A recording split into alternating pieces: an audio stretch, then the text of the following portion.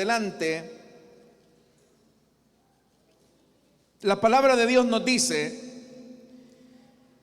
mientras iba de camino con sus discípulos, Jesús entró en una aldea y una mujer llamada Marta lo recibió en su casa. Tenía ella una hermana llamada María, que sentada a los pies del Señor escuchaba lo que él decía. Marta, por su parte, se sentía abrumada porque tenía mucho que hacer. Así que se acercó a él y le dijo: Señor, ¿no te importa que mi hermana me haya dejado sirviendo sola? Dile que me ayude. Marta, Marta, le contestó Jesús, estás inquieta y preocupada por muchas cosas, pero solo una es necesaria. María ha escogido la mejor y nadie se la quitará. Hasta ahí dejamos la lectura, hermanos. Tengan la bondad de sentarse, por favor, esta mañana. Hermanos, este pasaje es bastante conocido por nosotros, especialmente porque somos conscientes de la enorme cercanía y familiaridad que Jesús tenía con esta familia de Betania.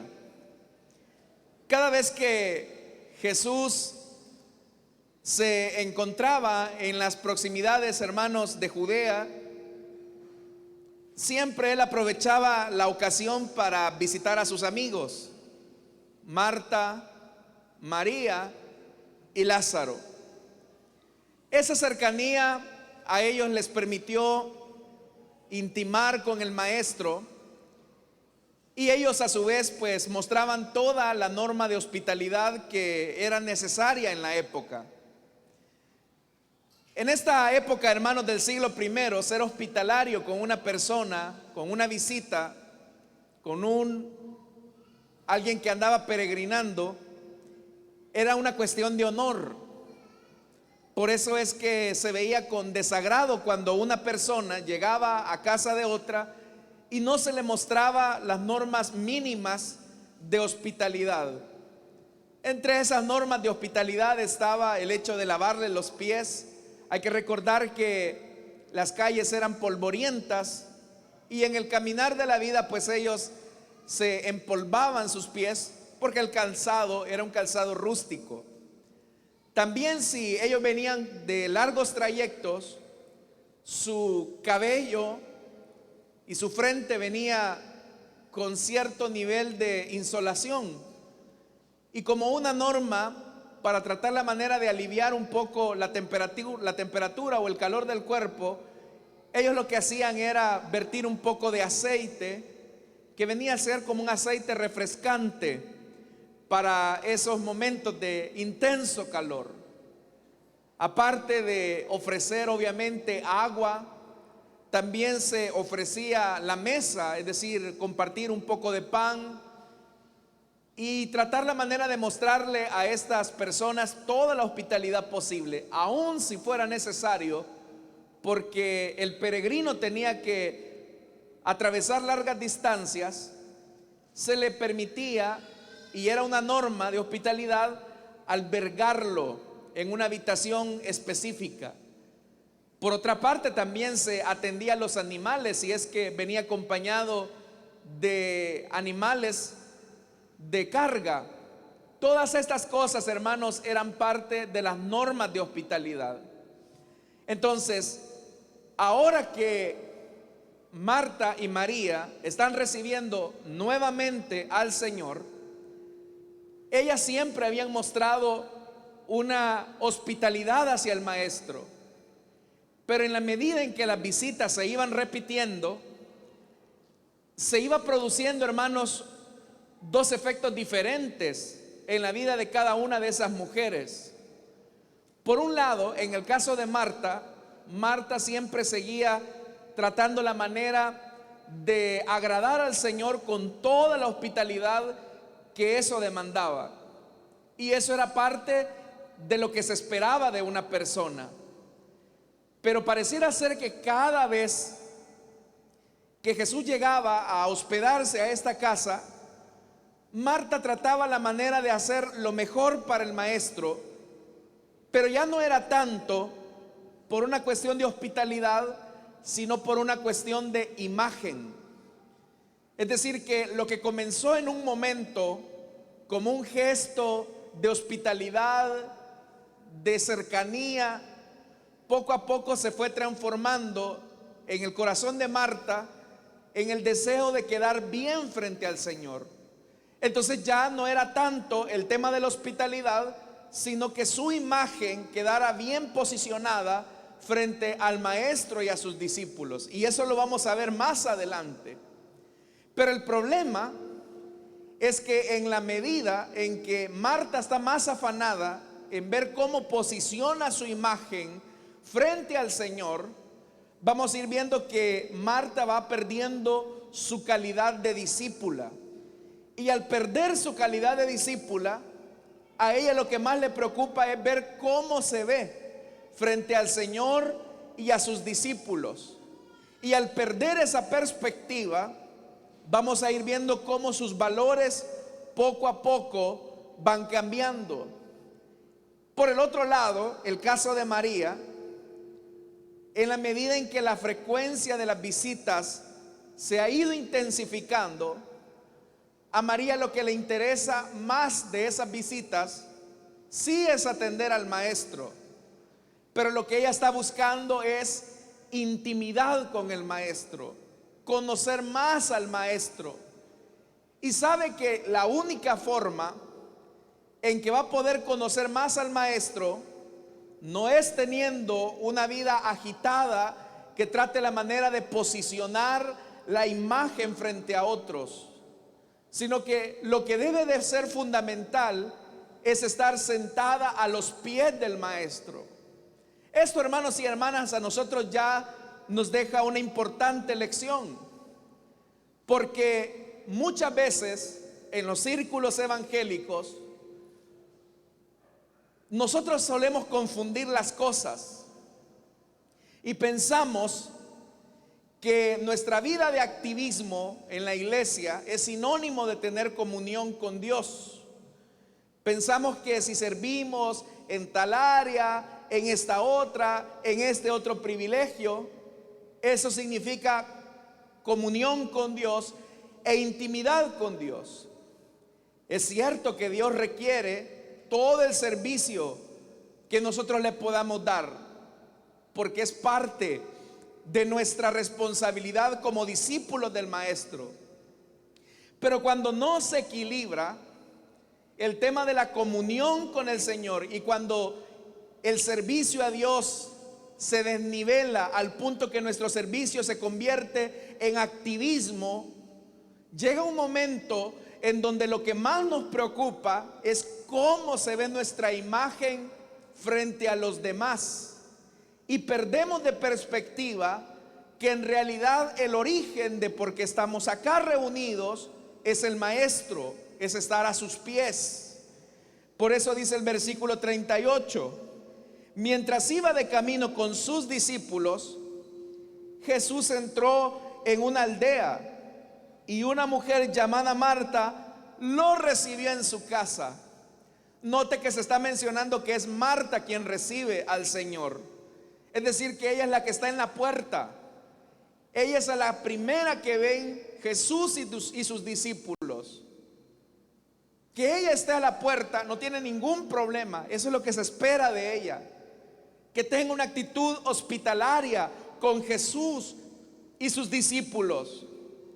Pero como la frecuencia de las visitas había sido más o menos, hermanos y hermanas, considerable, ella poco a poco ha ido perdiendo la razón de por qué Jesús se hospeda con ellos.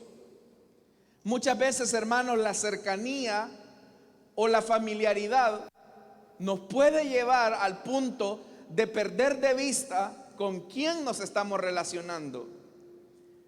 Puede ser que alguien, hermanos, por el nivel de confianza, por el nivel de cercanía, pierda de vista el privilegio que Dios le está concediendo en un área específica. En una ocasión, Cuando uno de los presidentes de los Estados Unidos estaba gobernando, uno de sus ministros, muy cercano a él, que habían sido amigos por mucho tiempo, amigos de infancia, comenzó a tutearlo frente a otros ministros. El hecho es que cuando los demás ministros se dieron cuenta que este otro ministro, que era amigo de él, comenzaba a tutearlo, comenzaba a vocearlo, los demás se escandalizaron y trataron la manera de reconvenirlo y le dijeron: mira, ¿que no te das cuenta que él es el presidente de los Estados Unidos? Sí, le dijo, pero él es mi amigo, yo lo conozco desde pequeño. Cuando el presidente escuchó eso, en privado lo mandó a llamar y le dijo: mira, le dijo, no pierdas de vista que tú estás tratando con una persona que concentra dos responsabilidades. La primera responsabilidad es que soy tu amigo, eso es cierto. Pero la segunda responsabilidad es que soy el presidente de los Estados Unidos. Y por ser el presidente de los Estados Unidos, no debes de perder de vista la responsabilidad que cargo. Cualquiera podría decir: bueno, ¿y qué le pasa, verdad? ¿Por qué tiene esa idea acerca de sí mismo? Pero la razón de no entender esto, hermanos, es que cuando comenzamos a familiarizar demasiado, cuando comenzamos a tener una cercanía demasiada con el Señor también, podemos perder de vista quién es el Señor y quién somos nosotros. Por eso es que vea, dice el versículo 39, tenía ella una hermana llamada María, oiga, que sentada a los pies del Señor escuchaba lo que Él decía. María tenía un enfoque adecuado de quién era el que estaba frente a ella. Era el maestro. Es verdad que Él ha venido acá con sus discípulos, se ha hospedado, pero yo no pierdo de vista que Él es el maestro.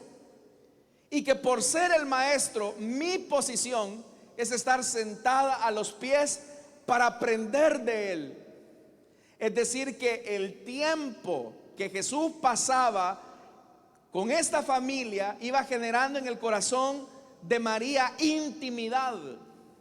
Y la intimidad iba, hermanos y hermanas, generando que ella atendiera con mucha humildad, con mucha sencillez.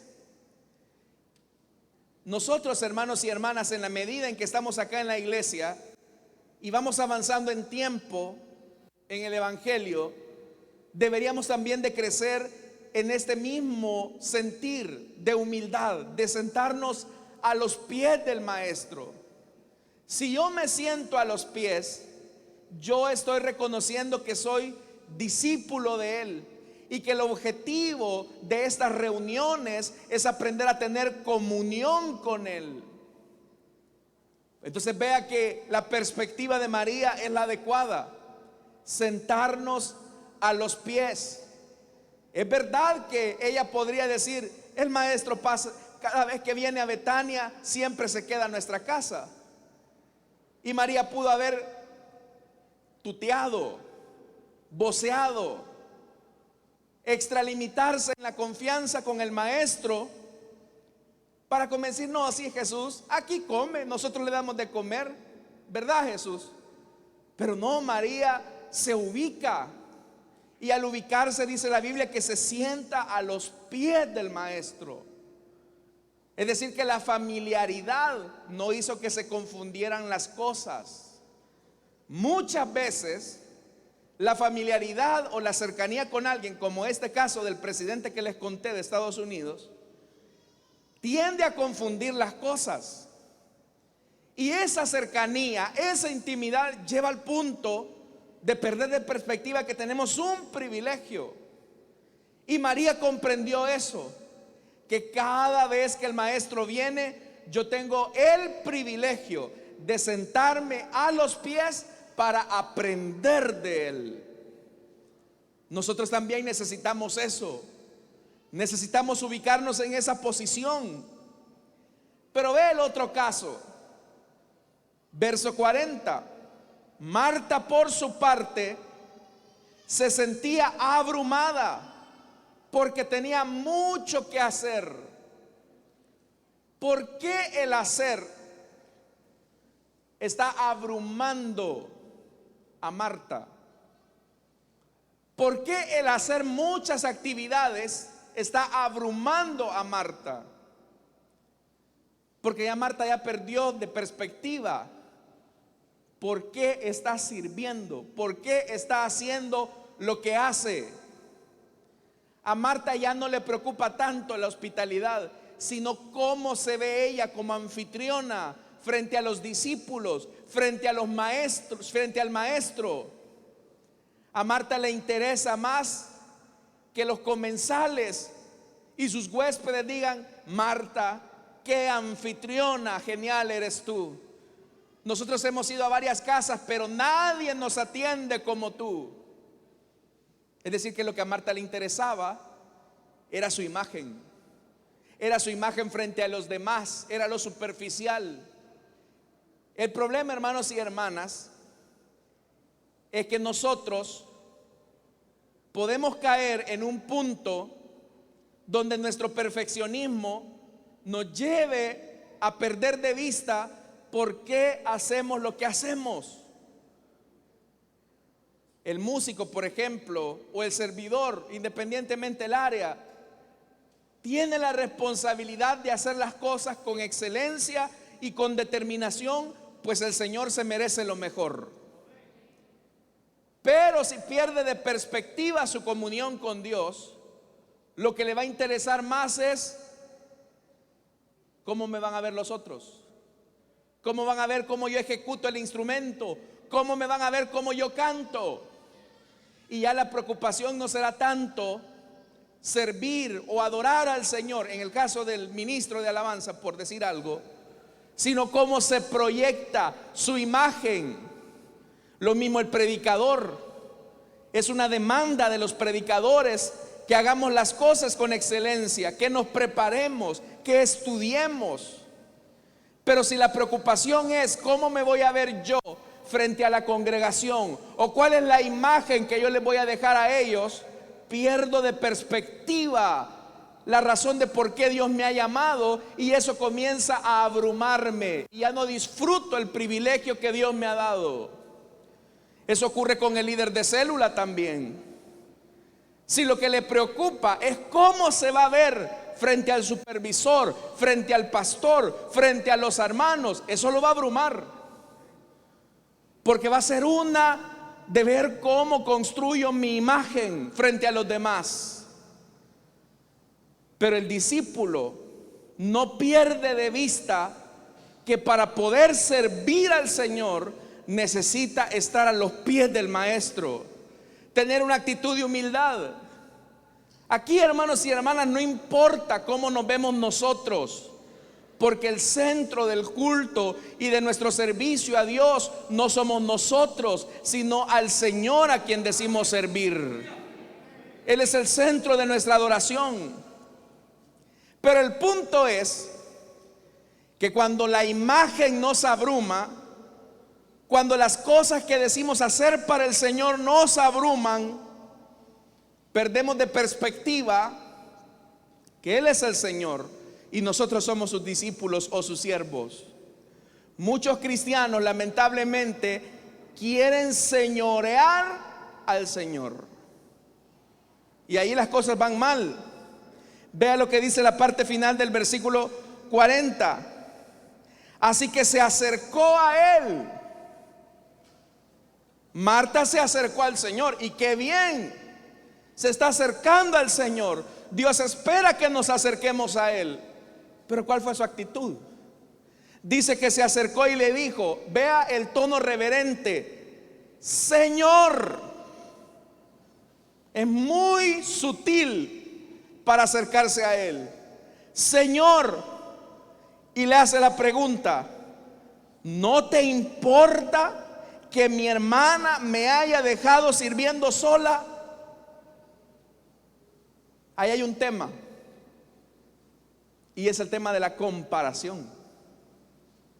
Yo te estoy sirviendo, Jesús.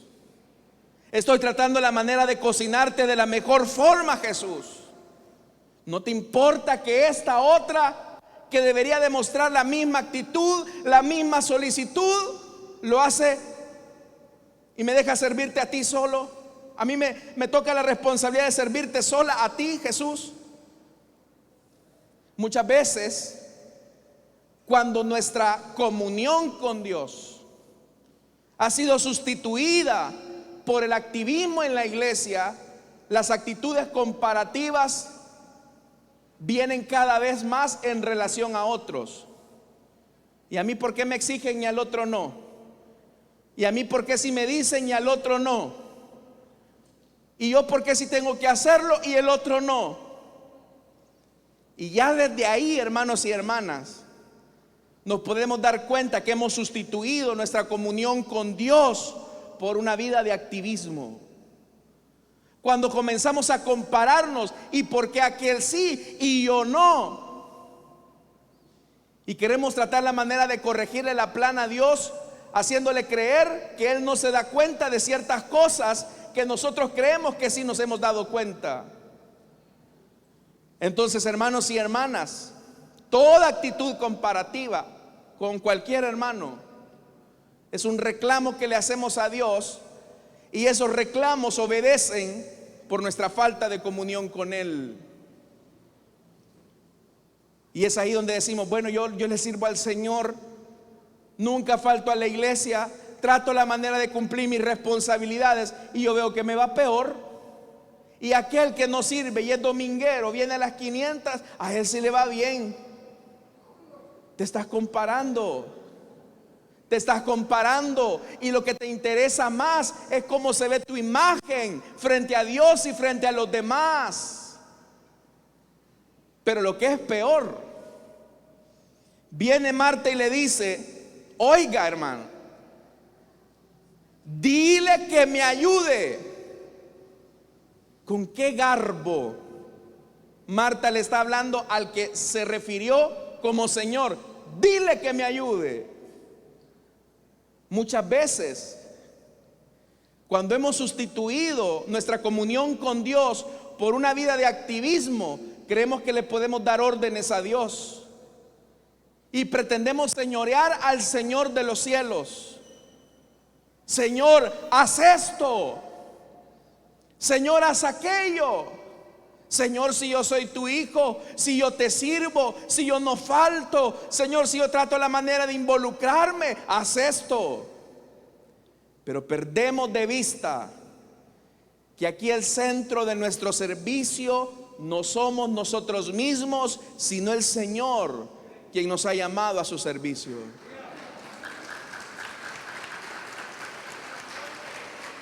Por eso, el que es discípulo, el que se sienta a los pies, jamás le va a dar órdenes a Dios. ¿Sabe, hermanos y hermanas? Cuando nos preocupamos más de nuestra imagen, creemos que tenemos derechos. Cuando nos preocupamos más por cómo nos vemos frente a otros, creemos que eso nos da facultad y derecho de decirle a Dios lo que Él debe de hacer. Y el tiempo no garantiza que estemos teniendo comunión con Dios. Por eso, hermanos, especialmente los que servimos al Señor, no confundamos una vida de activismo con comunión con Dios, porque no es lo mismo. Como tampoco podemos confunir un buen matrimonio tan solo porque vivimos juntos bajo el mismo techo. Si no hay comunión, no existe matrimonio. Y eso es así en el orden de la vida. Hay muchas hermanas que se sienten solas en sus hogares. Si el esposo llega medio, vaya, mira, aquí está la ropa sucia, y me la lavas, me la planchás, y ya está la comida, ya me voy y me retiro. No hay comunión, no hay una plática, no hay un salir juntos, no hay nada. Lo único que los une son los hijos y que viven bajo el mismo techo. Pero la comunión, hermanos, se construye con la conversación, con la intimidad. Y cuando hablo de intimidad, no estoy hablando de intimidad física, va implícito, pero no es lo fundamental. Muchas veces yo les digo a los jóvenes, a muchos jóvenes les he dado consejería prematrimonial, y yo siempre en broma les digo, mi propósito en esta consejería es tratar la manera de separarlos, les digo yo, porque prefiero mejor que aquí retornen cada quien a su vida y no ya casados quieran desunir la relación. Y yo les digo algo, siempre les hago la misma pregunta: ¿cuál creen ustedes que es la meta del matrimonio cristiano? Y ellos se me quedan, a veces me dan muchas respuestas: tener hijos, servir a Dios. Ellos me dicen cosas como amarnos.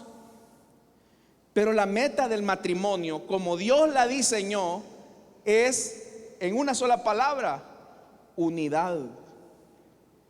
Unidad, esa es la meta del matrimonio. ¿No me cree? Vea lo que dice Génesis. Por tanto, dejará el hombre a su padre y a su madre y se unirá a su mujer. Meta número 1 de todo matrimonio es la unidad por encima de los hijos. ¿No se ha puesto a pensar muchas veces en que hay matrimonios que dicen: no, es que yo estoy unido con él o con ella por los hijos? Pero los hijos son temporales, en el sentido de que un día estarán en casa y después van a extender sus alas y volarán del nido. Y se quedarán dos extraños viéndose al rostro y no le van a hallar sentido a esa relación insípida. ¿Por qué? Porque nunca aprendieron a tener comunión. Y siempre les digo a los jóvenes: antes de firmar el divorcio legal, las parejas firmaron el divorcio emocional. ¿Y cómo es que una pareja se divorcia emocionalmente? Cuando se desconectan. Lo mismo ocurre también con el Señor. Cuando perdemos nuestra comunión con Él, cuando nos desconectamos de Él, cuando ya no somos uno con Él, cuando lo que me interesa de mi privilegio, de mis responsabilidades en la iglesia o de lo que hago aquí en la congregación es cómo me veo yo frente a los demás, atropellando el mandato de Dios de no hacer imagen de nada de lo que está en el cielo como lo que está en la tierra. Porque idolatría no solamente es la figura o la estatuilla que se hace de cera o de cerámica. No solamente eso es un ídolo. Un ídolo puede ser hasta nuestro propio privilegio. Hay gente que se enamora tanto de una posición porque eso le da estatus, le da imagen. Mucha gente, como no puede mandar en su casa, mandan aquí.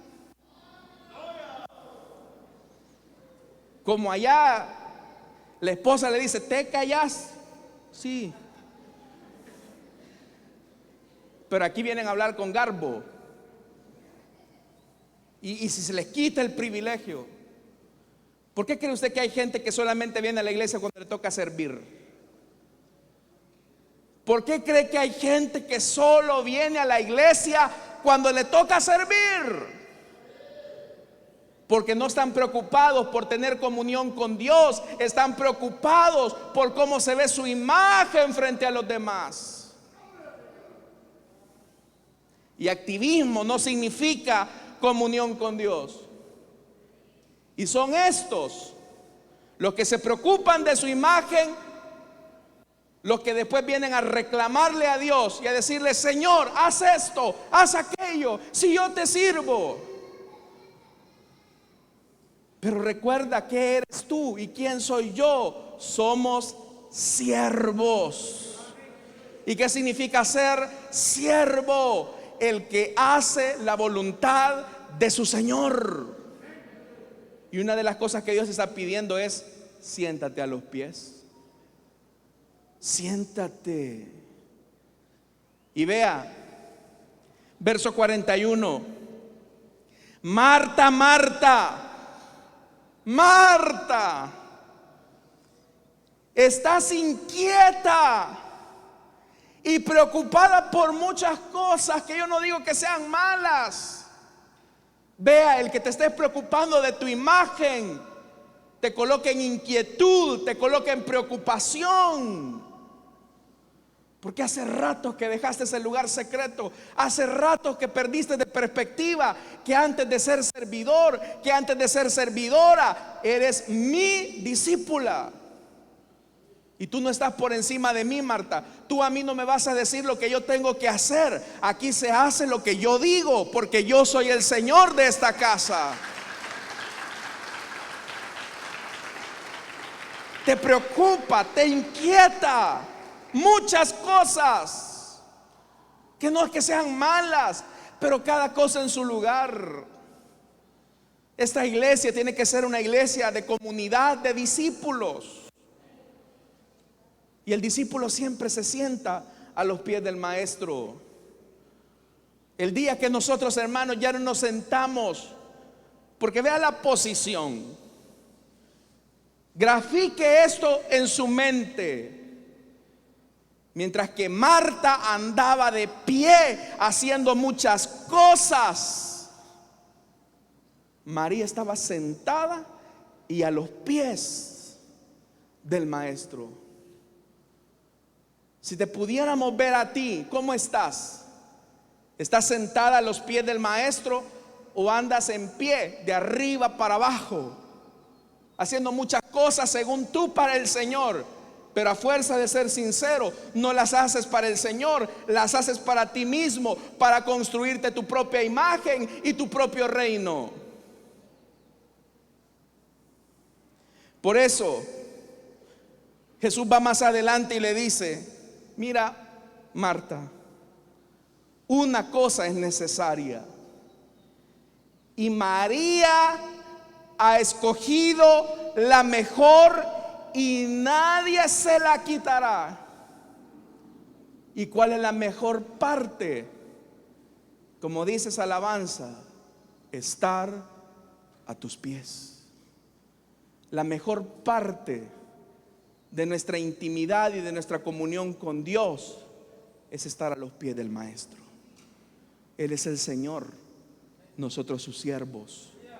Cuando perdemos de vista eso, nos preocupamos más por nuestra imagen, nos preocupamos más por cómo nos van a ver, y todo lo que hacemos carece de sentido si perdemos de vista que Dios quiere que estemos a sus pies. Porque estar a los pies del maestro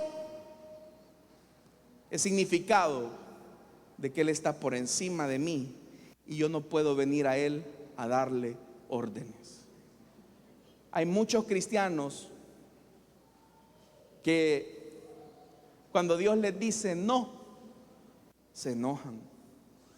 Hay muchos cristianos que cuando Dios les dice espera, se enojan. Y usted a Dios, hermanos y hermanas, no le puede exigir razones de por qué hace como hace. Usted puede llegar a Dios enojado. ¿Por qué hay tantos cristianos inmaduros? Si yo le pedí a Dios que no se muriera mi abuelita de 97 años y se la llevó. ¿Por qué se pone así? ¿No es usted el que dice que Dios es el Dios de la vida, que Él pone la vida y también la puede volver a tomar? Pero el problema es cuando le toca a usted, a un ser querido.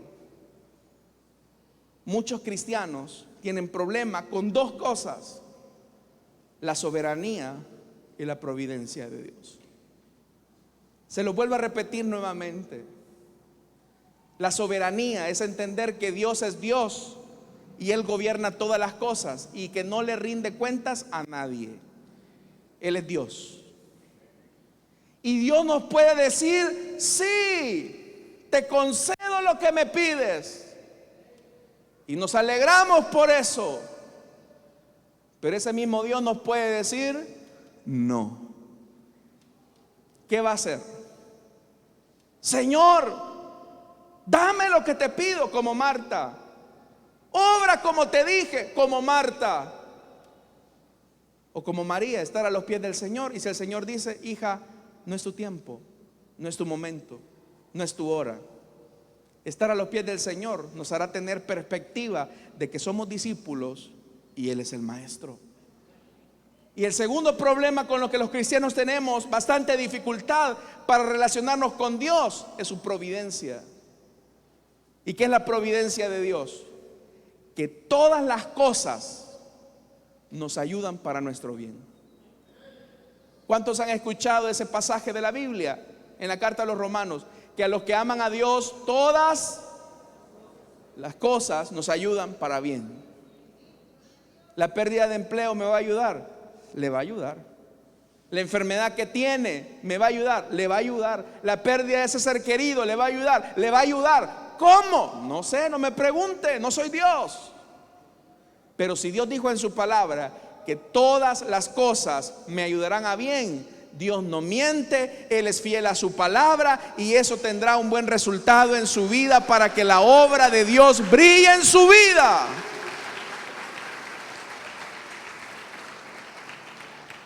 Esa parte no deje que nadie se la quite.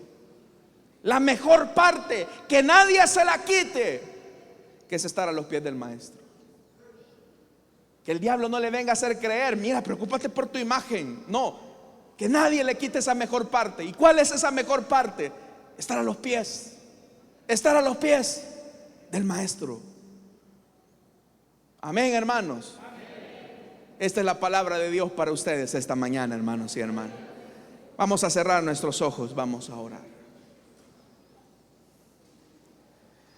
Teniendo así nuestros ojos cerrados y nuestro rostro inclinado,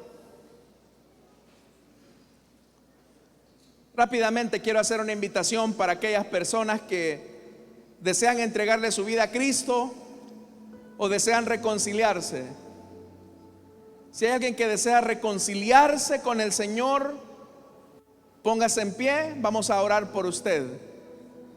Y allí en el lugar donde está, puede caminar hacia el frente, vamos a orar por usted. Si hay alguien que desea entregarle su vida a Cristo o desea reconciliarse, póngase en pie, vamos a orar por usted.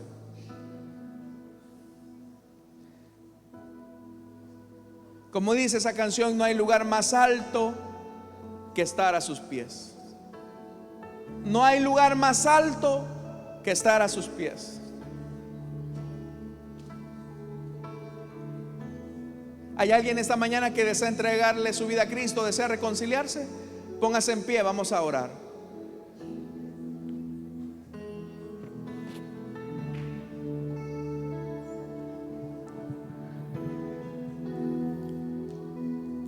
Postrado a tus pies,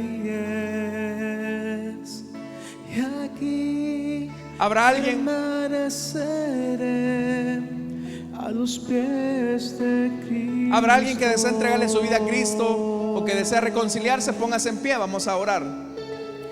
Y aquí permaneceré postrado a tus pies. Si no lo hay, hermanos, vamos a orar. Pero que Dios nos ayude a no perder de vista nuestra posición. Que el tiempo y la familiaridad no nos permita perder de vista que tenemos un gran privilegio con el Señor.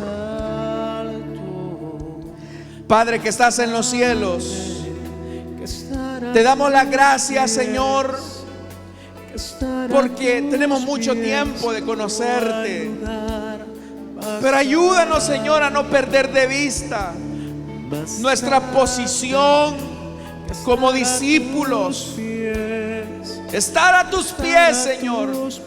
Ayúdanos a no preocuparnos por nuestra imagen, por cómo nos vemos, sino que ayúdanos a preocuparnos por estar a tus pies, Señor. Líbranos del error de creer que el activismo es sinónimo de comunión contigo, porque podemos afanarnos con muchas cosas y no, Señor amado, estar en el centro de tu voluntad. Gracias, Señor, en Cristo Jesús. Amén y amén. Damos fuerte esa ofrenda de palmas a nuestro Dios, hermanos. Amén.